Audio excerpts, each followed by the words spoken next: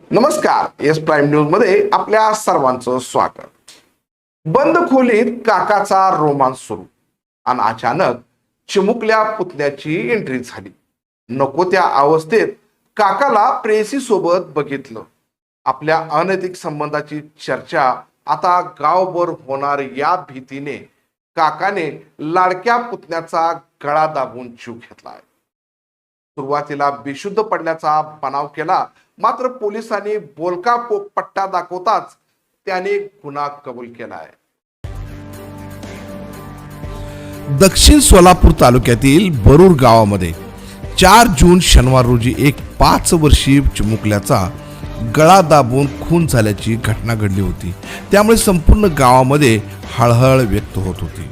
कारण होतं, या चिमुकल्याचे आई वडील पोटाची खळगी भरण्यासाठी ऊस तोडीला मजूर म्हणून बाहेर गावी गेले होते. तर चिमुकला हा आपल्या आजीसोबत राहत होता.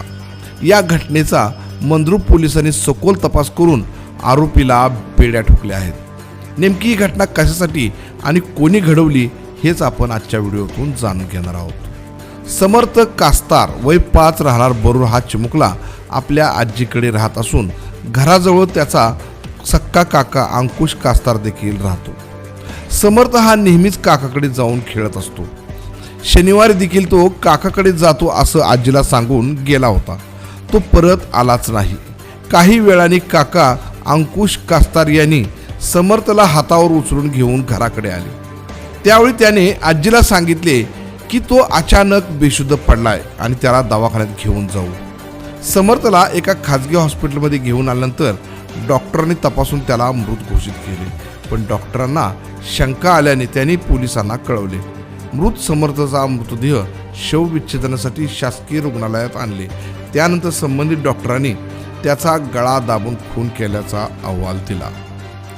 त्यानुसार मंद्रुप पोलिसांनी जलद गतीने तपासाला सुरुवात केली.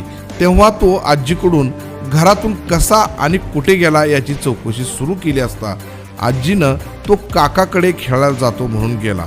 तेव्हा पोलिसांनी आपला मोर्चा काकाकडे वळवला. त्यावेळी काका अंकुश कास्तार याने सुरुवातीला उडवाउडवीची उत्तरे दिली. खरं तर पोलिसाकडे या खुनाचा कोणताही पुरावा किंवा कुणी याला गळा दाबताना पाहिलेलं नव्हतं. त्यामुळे पोलिसांसमोर आरोपीला बोलते करणं हे एक मोठं चॅलेंज होतं. रविवारी त्याला दिवसभर पोलिसांनी बोलका पट्टा दाखवला. त्यामुळे त्याने लगेच आपला गुन्हा कबूल केला आणि समोर आले एक नात्याचा भयान अंत. शनिवारी 11 ते 12 वाजण्याच्या सुमारास समर्थ हा आजीला काकाकडे खेळायला जातो म्हणून सांगून घरातून गेला. त्यावेळी काका अंकुश हा नात्यातील महिलासोबत घरामध्ये रोमांस करत होता.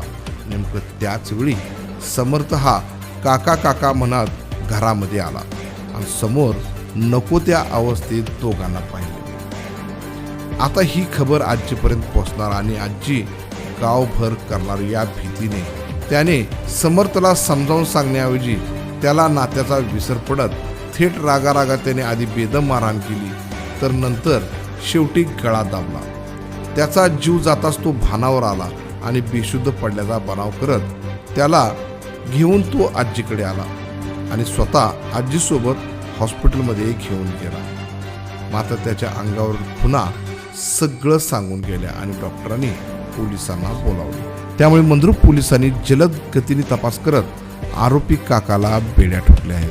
त्यामुळे सख्या नात्यावर कसा विश्वास ठेवायचा असा प्रश्न आता आजच्या समाजासमोर उभारला आहे.